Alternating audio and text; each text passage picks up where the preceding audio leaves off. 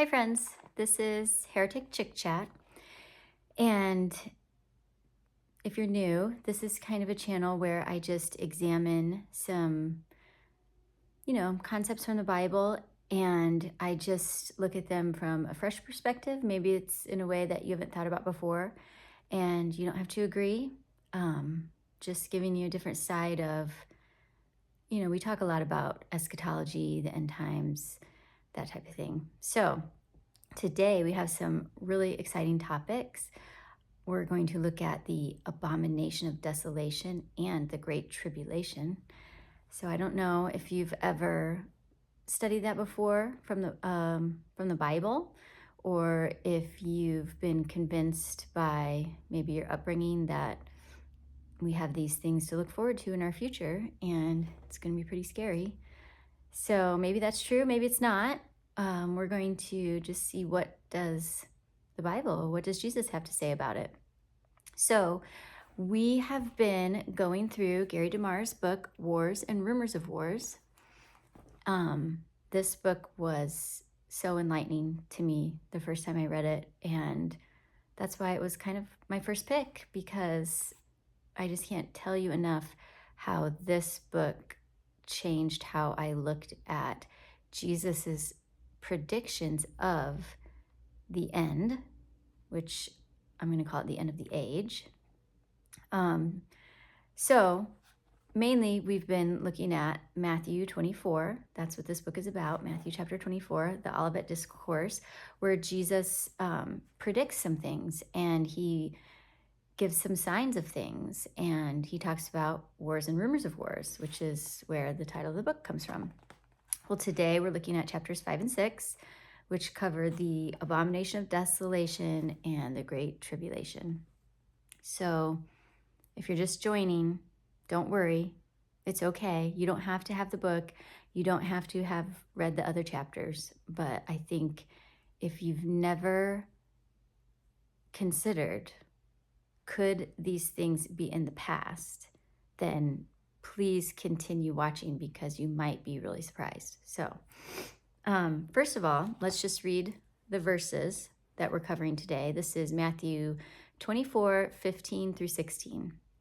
Therefore, when you, and I circled you again, because, we've been paying attention to this concept of audience relevance. So every time we see the word you or we or they, we're kind of circling it, or just thinking about who was Jesus talking to. And remember, Jesus was talking to his disciples and apostles that were standing in front of him 2,000 years ago. He wasn't actually talking to us. That doesn't mean that this can't have an application for us, but just keep in mind that he wasn't talking to us. So, therefore, when you see the abomination of desolation, which was spoken of through Daniel the prophet, standing in the holy place, let the reader understand. Then those who are in Judea must flee to the mountains. Okay, so this abomination of desolation, there's been a lot of speculation on what this could be. But one thing that Gary points out that I think is very highly important is that in the Old Testament, which, remember, the Old Testament is the key to unlocking and understanding the New Testament.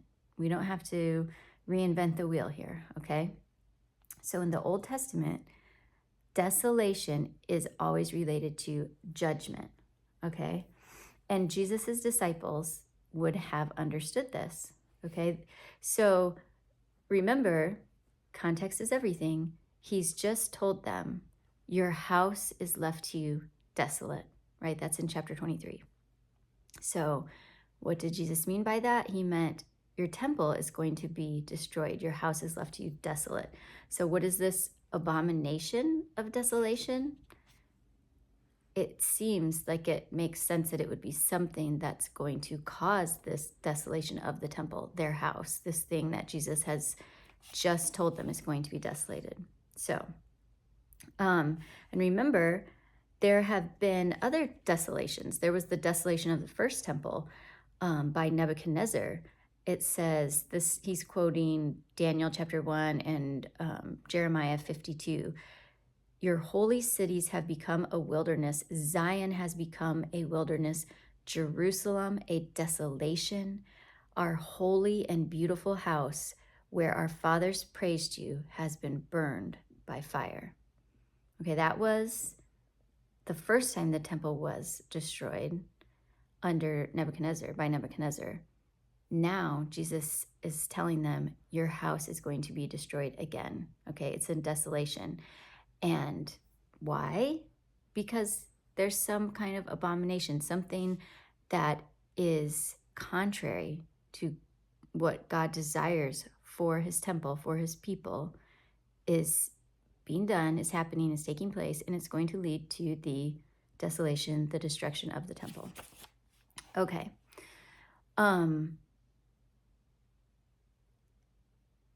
Remember, he says, when you see the abomination of desolation, he's not talking to us, he's talking to them. And, and he makes a good point in verse 9. Everyone agrees that when Jesus says you, that he's talking to the people standing right there, because he says, they will deliver you up to tribulation and they will kill you and you will be hated by all nations for my name's sake, right? He was talking to them. This happened to them. We read about this in the New Testament. They were persecuted. They did face tribulations for Jesus's sake. And, in the parallel account in Luke, this is Luke chapter 19, it says, the days are coming upon you when your enemies will throw up a barricade against you and surround you and hem you in on every side, and they will level you to the ground. I mean, it goes on and on, but you get the point, okay? He's talking to them. Your temple is going to be destroyed. And I don't know if you knew this. I didn't know this, but the temple was destroyed. My historical biblical education kind of ended at, I guess I would say, Pentecost, maybe? I don't know. I mean, I knew that Jesus was crucified and he rose again and he ascended into heaven. The Holy Spirit was given on Pentecost. And then what?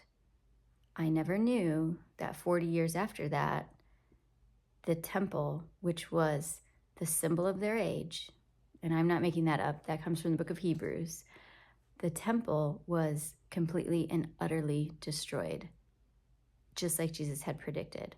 Why didn't anybody ever tell me that? I don't know. But anyway, so he mentions Tim LaHaye in his prophecy study Bible, which I would not recommend getting if you want to actually understand what Jesus was saying, because apparently Tim LaHaye says that the word you, instead of Jesus talking to them, those people that were standing there about 2,000 years ago, Tim LaHaye says that the word you is just like a generic you, meaning the Jews, except that he gives absolutely no evidence for that, okay?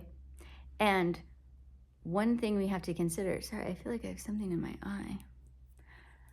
One thing we have to consider is that in the parallel passage, meaning this Olivet discourse is given in Matthew, it's given in Mark, it's given in Luke, okay? But each one contains slightly different details. In Luke's version, Luke says, instead of when you see the abomination of desolation standing in the holy place, he says, when you see Jerusalem surrounded by armies, okay? That's in Luke chapter 21. Then recognize that her desolation is at hand.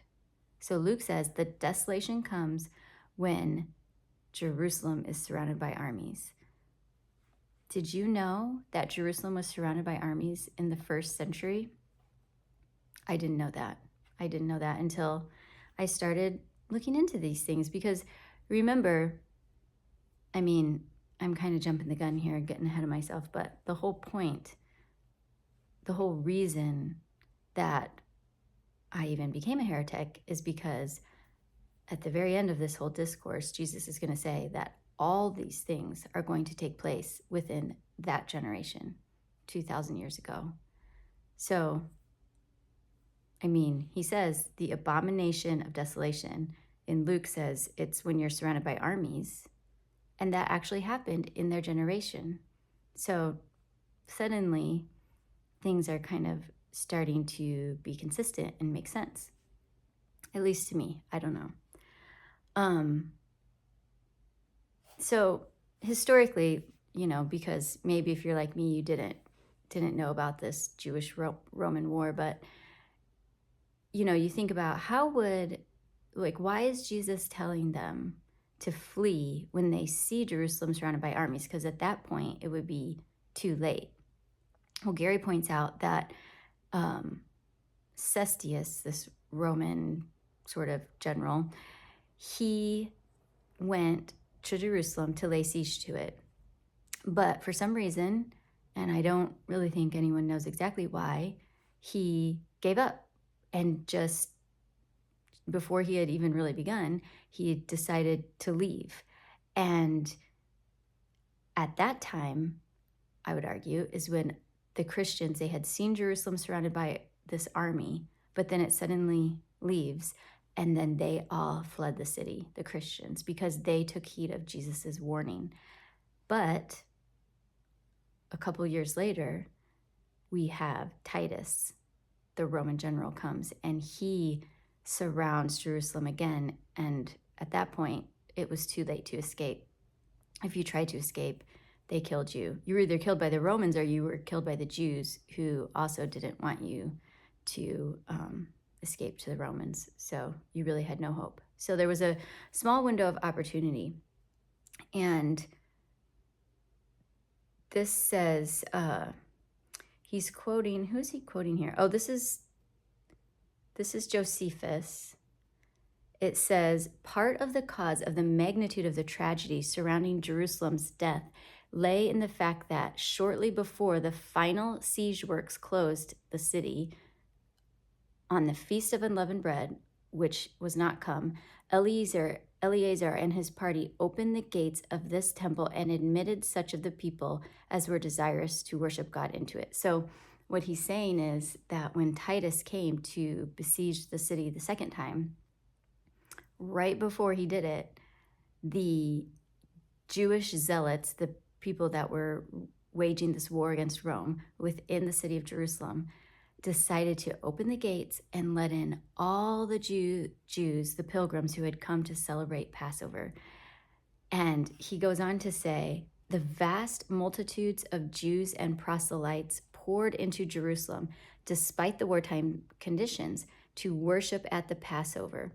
Confident of God's protection, they crowded into what ironically would prove to be their grave, sealed in by their own people. But Jesus had ordered his people to flee. Okay, so they all crowded into Jerusalem, all the Jews, all the people who hadn't heeded Jesus's warning, crowded in. They didn't recognize that this abomination of desolation had come, like Jesus had said. They didn't heed his warning about Jerusalem being surrounded by armies, meaning its desolation was at hand. They crowded in, probably thinking they were going to get protection because Jerusalem was an incredibly fortified, secure city. They thought this would have been the safest place for them, but obviously, hindsight's 2020. So, okay, then he talks about how he says, flee to the mountains. Okay, when you see the abomination of desolation, then flee to the mountains. Okay, this proves that it is a local and not worldwide judgment. And it says, let those who are in Judea flee to the mountains, which is good news for those of us who live in Indiana who aren't anywhere near any mountains. So this is a local judgment. I mean, I don't know about you, but when I was the way I was raised, I thought the abomination of desolation was going to usher in this huge worldwide apocalypse. But that's not really in the text, okay? If the judgment was global, okay, if the judgment was the whole planet, then how are we going to flee to the mountains by foot? You know, especially if we live in Indiana. But if you think about precedent in the Bible, you know, what happened in the Old Testament? He points out some examples in the Old Testament of fleeing to the mountains. Remember Lot? Remember Lot, Sodom and Gomorrah? God comes, says he's going to judge them, and the angel tells Lot and his family to flee to the mountains. And then the whole world is destroyed in a giant fireball. No. Then Sodom and Gomorrah are destroyed, right? This was a local judgment. And I hadn't thought about this before, but he brought up Rahab telling the spies to flee to the mountains, right? While the people of Jericho were looking for them.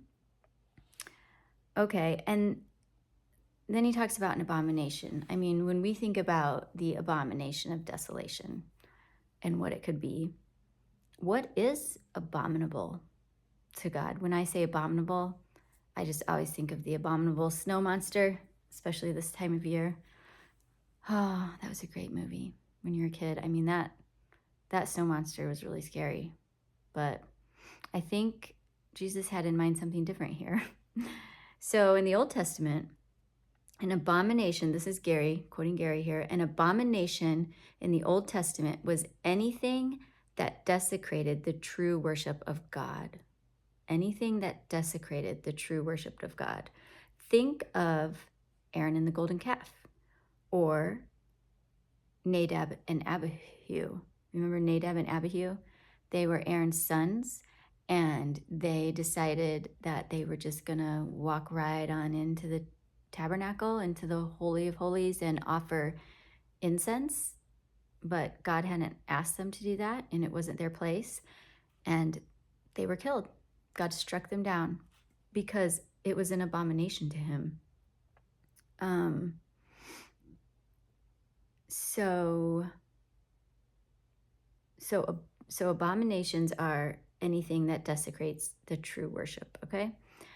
Now, he says there's 3 theories as to what this was in the first century. Okay, Gary's going to argue that this abomination of desolation, and I agree with Gary here, but you don't have to, but just hear me out, okay? The abomination of desolation in the first century could have been one of 3 things. The Jewish zealots. Okay, zealots. I think zealot is actually the same word as robber. I don't know. Fact check me on that. But I think when they asked the Jews, shall we release to you Jesus or Barabbas? Does it say he was a robber? I think it actually means a zealot, someone who was in a rebellion. They were trying to start a rebellion against Rome. But anyway, you know, during this first century leading up to this desolation of Jerusalem and the temple, there were all these zealots, all these rebels that wanted to overthrow Rome. And some of them, like, they weren't good people. Let me just say that. They were actually terrible people. We think, oh, they were fighting for the Jewish nation and they were holy and they just didn't want to worship the false Roman gods. No, that is not the case at all. These were evil, selfish murderers. They were not doing this for God. They were doing this for themselves and their own evil desires. And they roamed freely in the Holy of Holies in the winter of 67 to 68. And then later in 67 to 68, they placed a non-Levite as high priest. This is from Josephus, Wars of the Jews. They went out and they got this guy, Phanis, I think might have been his name, and they dressed him up in the holy robes of the high priest. They put the thing on his head, all the things, and then he had no clue what to do. He wasn't even he wasn't knowledgeable at all about the old covenant law.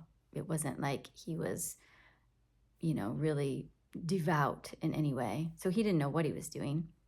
So they kind of showed him what to do, and then they sent him in to the Holy of Holies, and they laughed and mocked and made jest and sport of it, Josephus says. And while they were doing that, the priests that actually respected God's law and this temple, they were in shock and dismay and weeping and wailing because of what was happening.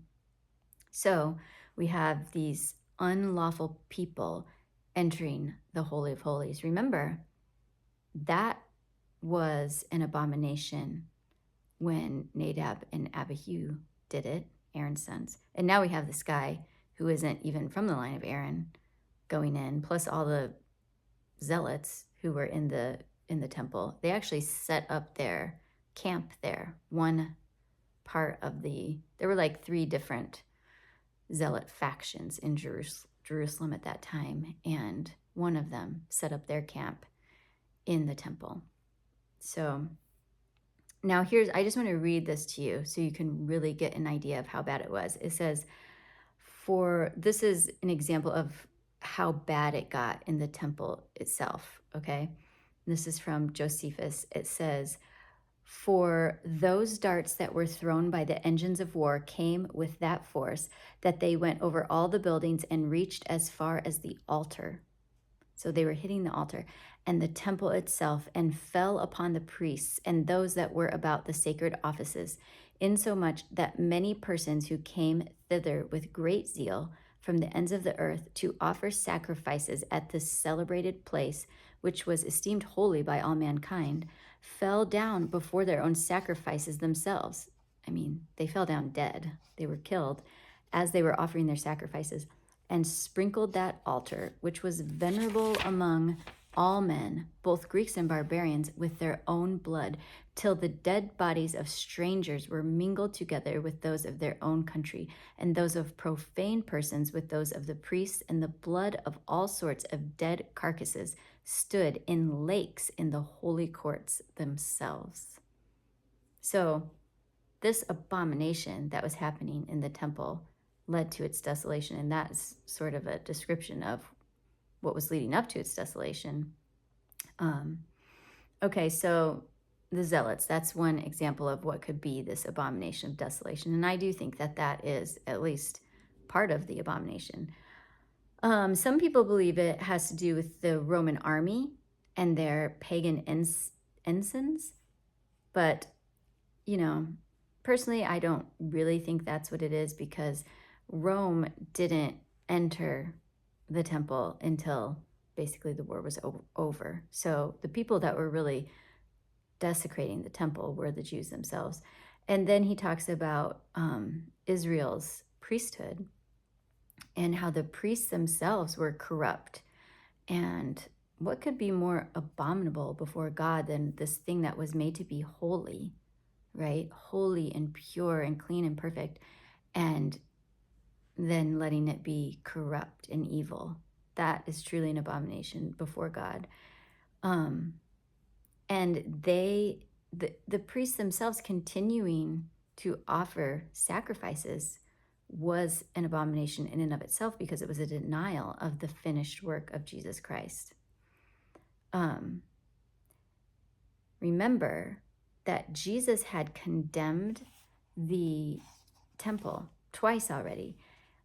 And in the Old Testament, a leper's house could be cleansed in only one way. This is from Leviticus 14.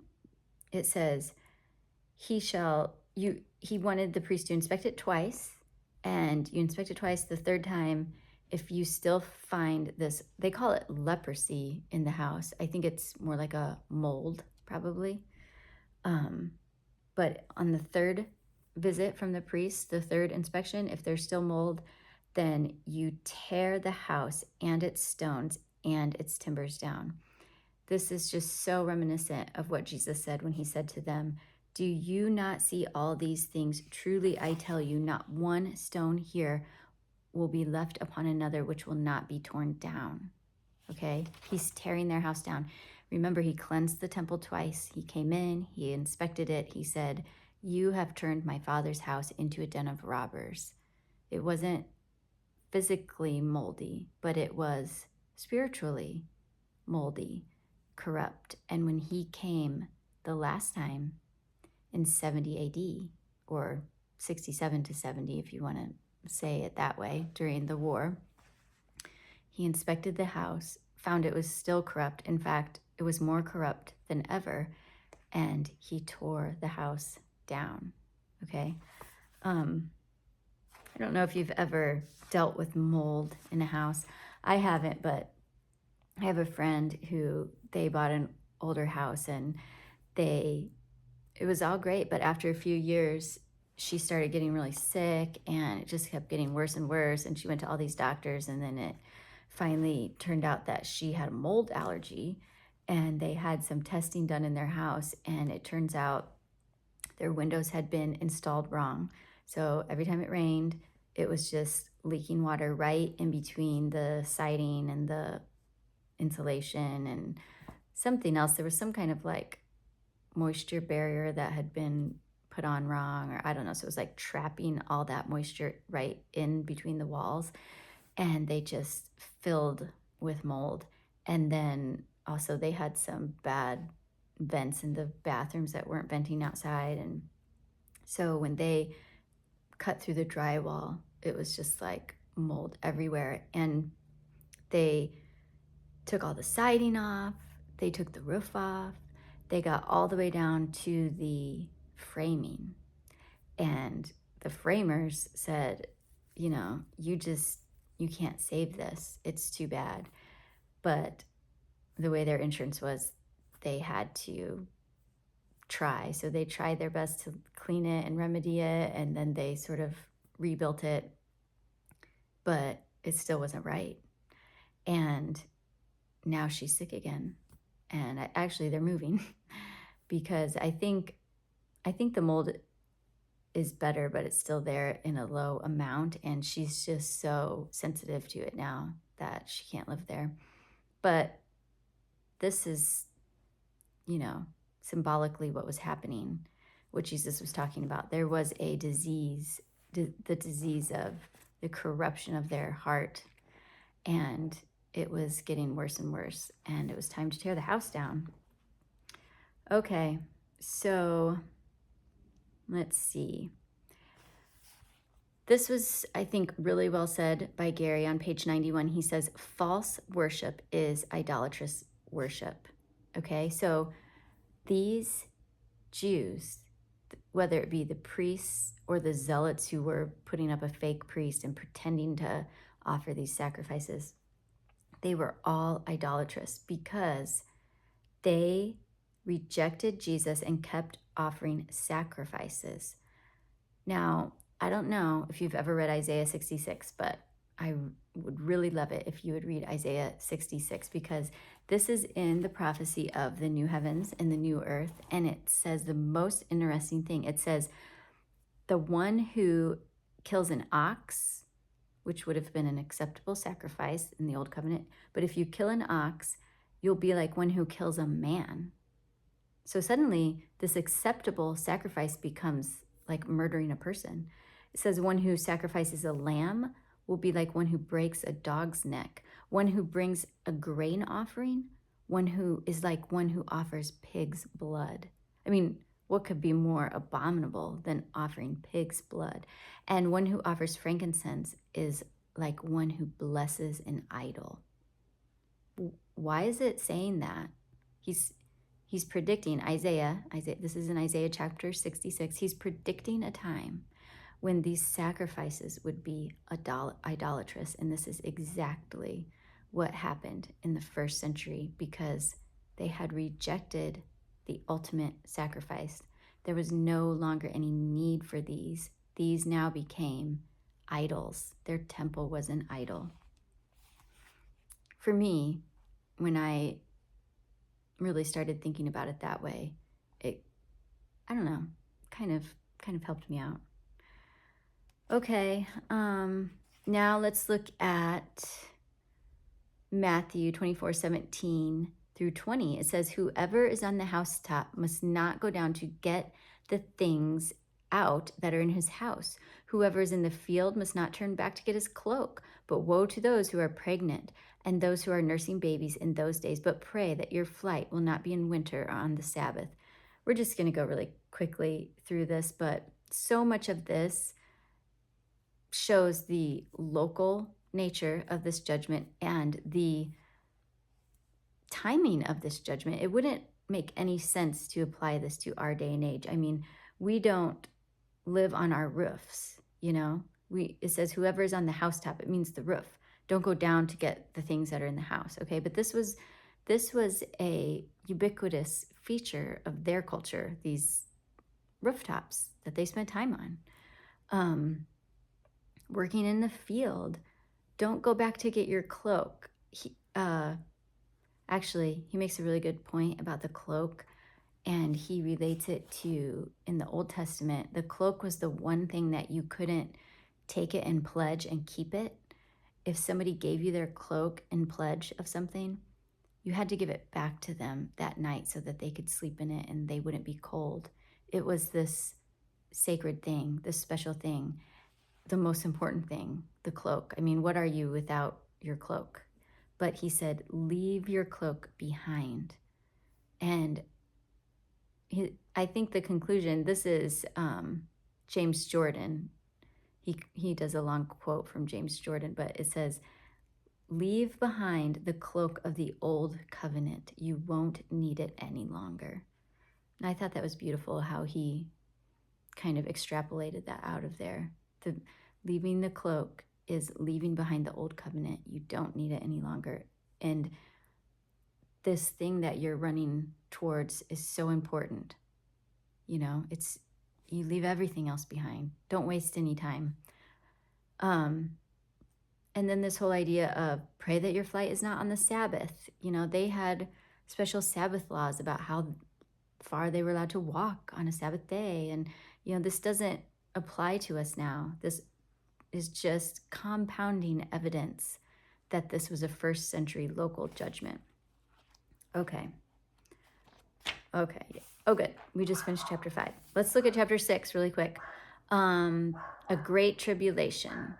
Matthew 24:21. For then there will be a great tribulation such has not occurred since the beginning of the world until now, nor ever will. Now, I've had a lot of people in the comments of my videos recently telling me that, you know, this tribulation is coming in our future, that it's going to involve nuclear weapons. I hear that a lot. I grew up being pretty afraid of that. And I had one person tell me I'm delusional if I think that the tribulation took place in the first century. But let's just consider what Jesus had to say about the tribulation. Remember, in Luke's version of this Olivet Discourse, when he talks about the tribulation, he says, they will lay their hands on you and they will persecute you, delivering you to the synagogues. I mean, nobody's delivering anybody up to synagogues anymore. This was what was happening in the first century. It's not in our future, okay? Bringing you before kings and governors for my name's sake. Remember Paul? This happened in the first century. You will be betrayed even by parents and brothers and relatives and friends. They will put some of you to death and you will be hated because of my name. This happened to the people in the first century. That was a tribulation. If your parents and your brothers are betraying you and you're being put in prison and delivered up to death, who's going to tell me that isn't a tribulation? And remember that John, the author of the book of Revelation, says, I, John, your fellow sufferer in the tribulation. John was living in the tribulation. So I don't understand how we place it in our future if John was placing it in his present 2,000 years ago? But I mean, maybe you never thought about it before. I know I just wasn't reading my Bible. I had never thought through all that before. But okay, let's look at this tribulation against the church. We have Stephen, Stephen killed James. And when he saw that when Herod saw that the murder of James pleased the Jews, he put Peter in prison. Oh, hold on, I gotta get my dog. Okay, sorry. She saw squirrel. So the tribulation, okay? I like this quote from James Jordan. It says, the Judaizers, what's a Judaizer? A Judaizer, well, this is how I define it. Maybe this isn't right, so let me know if I'm wrong. But to me, a Judaizer is a Jew who wasn't willing to give up the old covenant law.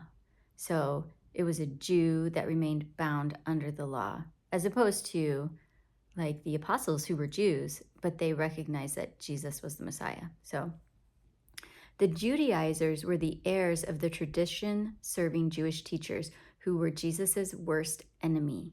So who's the enemy? It's not Rome. It was the Judaizers who rejected Jesus. They are the constant enemy in Acts and the epistles. This had never dawned on me before, that the enemy of Christ, of the apostles, of the gospel in the new covenant was the Judaizers of the old covenant. They are the antichrists of the Johannine letters who claim to have been sent out by the apostles, but who were not of us. They are the main enemy in the book of Revelation. The Judaizers fit perfectly Jesus's predictions. They claimed to come in his name. They misled many. They claimed an anointing, but it was false. They were false prophets. Okay, so there was a tribulation against the saints, against the church, and it was coming from the Judaizers. He points out also that in the book of Revelation, we already talked about how John said he was their fellow sufferer in the tribulation, but also the church of Smyrna, it says, was undergoing a tribulation. So yet again, when we think about the timing of the tribulation, John, Jesus, putting it in the first century. Matthew's great tribulation is synonymous with Luke's great distress. So you're going to read about it in Luke. It's going to be called the Great Distress. It's the same thing, okay? And both prophecies, both in Matthew and in Luke, the end of it is before this generation passes away. This generation will not pass away till all these things take place. So the end of the tribulation is before the end of that generation, okay? Just read that yourself. Just don't take my word for it. Open your Bible to Matthew 24 and read it. Open your Bible to Luke 21 and read it. It's right there, plain as day. I know. It was news to me too. Okay. He talks about the times of the Gentiles. Luke says this great distress will be upon the land, right? We've talked before about how land doesn't mean like all the ground, solid ground on planet Earth. It meant the land of Israel. Or, I mean, it could have different meanings, but that is usually what it meant. In this case, I think that's what it means, because he also calls it wrath to this people. This people, he was talking to the Jews. And they will fall captive by the edge of the sword. Oh, edge of the what? Sword. Gary points out, it's not jets, tanks, or rifles.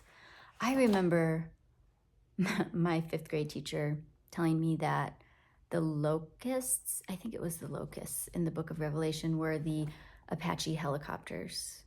So we knew that we were in the Great Tribulation, or about to be in the Great Tribulation, because these Apache helicopters had been invented, and that was the locusts of Revelation. Okay, well, I think I'm just going to skip some of this stuff, but you get it. The times of the Gentiles was the 3.5 year period. It's the same thing as the trampling of the Gentiles. in the book of Revelation and in the book of Daniel, it says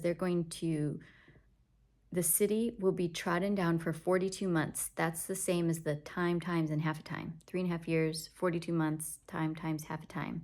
Okay? It's the same thing. They'll be trodden down by the Gentiles for 42 months, 3.5 years. And you know what? That war with Rome, you know how long that lasted? 42 months. Isn't that just the biggest coinkydink? I tell you. So this trotting down by the Gentiles, you could think of it as Jerusalem being trampled by the Romans, but honestly, I look at it more as Jerusalem being trampled by the Judaizers, the Zealots. And you might say, well, that's crazy because they were Jews, they weren't Gentiles. But remember, in the book of Revelation, it says that there are those who call themselves Jews but are not, right? So you're either Jew or you're Gentile. And Jesus is saying some people call themselves Jews, but they're not. Well, what are you if you're not a Jew? You're a Gentile. So Jesus was calling people who were Jewish Gentiles. Because why? Why did he say this? Because, I mean, this is my opinion.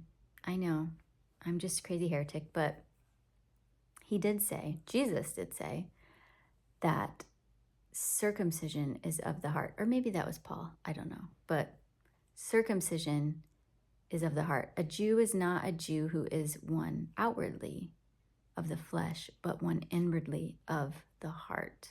Okay? It no longer was about race. It wasn't about who you descended from. It was about who you had faith in. So those people that were in Jerusalem during this 3.5-year war, they had rejected Christ. They weren't circumcised of the heart. They might have been circumcised of the flesh, but in Jesus' eyes, according to the book of Revelation, they weren't actually Jews. They were Gentiles. So maybe that's the trotting down of Jerusalem by the Gentiles for 42 months. I don't know. You can feel free to disagree with me. Okay, and then, people say, what happened to Jerusalem in 70 AD? It wasn't that bad. It can't be, it says, the tribulation such has not occurred since the beginning of the world until now, nor ever will be. I mean, people say it wasn't that bad. Well, first of all, I think that shows a lot of lack of study. I mean, I didn't know how bad it was, but when you read about it from Josephus or other scholars of that time, I mean, boy, it seems pretty bad. It seems really, really bad. And, when you think about why would God bring such a great tribulation, what would cause a tribulation to be great? What would be a great crime? Okay, what was the crime? He titles this section, The Crime of the Ages. The crime of the ages led to the Great Tribulation. What do we mean by that? They crucified the Lord of glory. What can be worse than that? They killed Jesus. They rejected Jesus. Jesus said to them that the blood of all the prophets from Abel to Zechariah was going to come on that generation. When Pilate saw that he was accomplishing nothing, he washed his hands and he said, I am innocent of this man's blood. And all the people said, his blood shall be on us and our children. They murdered Jesus and they said, we'll take the blame for it. His blood will be on us and our children. And you know what? That punishment came in that generation. And another verse he uses is John 19. They cried out, away with him, crucify him. Pilate said to them, shall I crucify your king? The chief priests answered, we have no king but Caesar. Why a great tribulation? Because of a great crime. So why would we think that there would ever be a tribulation worse than that tribulation? Because what crime could ever be worse than that? than rejecting the Lord of glory. There's nothing that can be worse. So, Josephus again and again calls attention to the abnormal wickedness of the Jews as the cause of the divine retribution which overtook them. This is a quote from Gary on page 101. In his Wars of the Jews, he declares that no generation and no city was so plunged in misery since the foundation of the world. Josephus, eyewitness of these events in the first century, says, no city was so plunged in misery since the foundation of the world. It was miserable. Women were eating their children, bodies piling up, stench, pestilence. I mean, it really just couldn't have gotten any worse than it was. Okay, and here's the last, I think this is the last topic of the chapter. He says, no double fulfillment. Double fulfillment. I've heard that so many times. And I understand why people say it, because it's hard to accept that all these things that we've imagined will be in our future are in our past. So when we see that they were fulfilled in the past, we think, well, we can hold on to both. We can just have it in the past and in the future. Double fulfillment. But let me just say that, if you're filling up a cup, right? Once it's full, it's full. There's this whole idea of double fulfillment. When it's full, it's full. And I think we have types and shadows that were maybe a partial, and I don't want to say fulfillment, but partial fulfillment in the Old Testament of something. But the fulfillment came in the first century. And, that's even said when it says everything they were types of us, on whom the end of the ages has come. That's 1 Corinthians chapter 10, I think. I don't know. Somebody help me there. Put it in the comment section. These things, all these previous things were types. Yes, they were types. But the fulfillment had come on them in the first century. Think about it this way. Is Jesus ever going to need to be crucified again? Or has he fulfilled the Passover once and for all? And I think we understand that he has fulfilled the Passover. We're not waiting for another future dual fulfillment of that. It's done. It's over. Okay?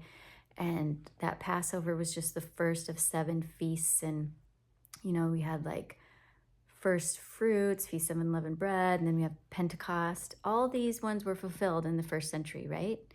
I mean, we believe that when the Holy Spirit was poured out on them, that was the fulfillment of that Feast of Pentecost. But then there's these last 3, and we just dangle them out there and say, oh, they're going to be fulfilled in the future. But Jesus said, these are the days to fulfill all that is written. All, not part, not just the first 4 feasts, all of it. Okay, everything fulfilled. And so he points out, if we're going to start talking about dual fulfillments, how many fulfillments can we have? Where do we stop with the number of fulfillments? Can it be fulfilled 3 times, 4 times, 5 times? How many times is Jesus going to have to be crucified? So no, I don't think there's any dual fulfillment. I think everything was fulfilled, completely fulfilled once and for all in the first century. And that's a wonderful thing, because it means that we're living in the new covenant and this tribulation is in our past. So, okay, I just want to read a couple of these quotes about how bad the destruction of Jerusalem was in the first century, because a lot of this dual fulfillment idea comes from the fact that we just have in our heads that there's going to be this really terrible event in the future, and we don't want to let go of that, which is why we keep talking about dual fulfillment. We just don't think what happened to the Jews could really have been that bad. And you know why? because we weren't there. And I think in the last chapter we talked about generational provincialism or something, meaning that nothing really is significant unless it happens to you and your generation. I mean, that's not true, but that's how people feel. It's this same idea here. We don't think that the destruction of Jerusalem was that bad because we didn't have to live through it.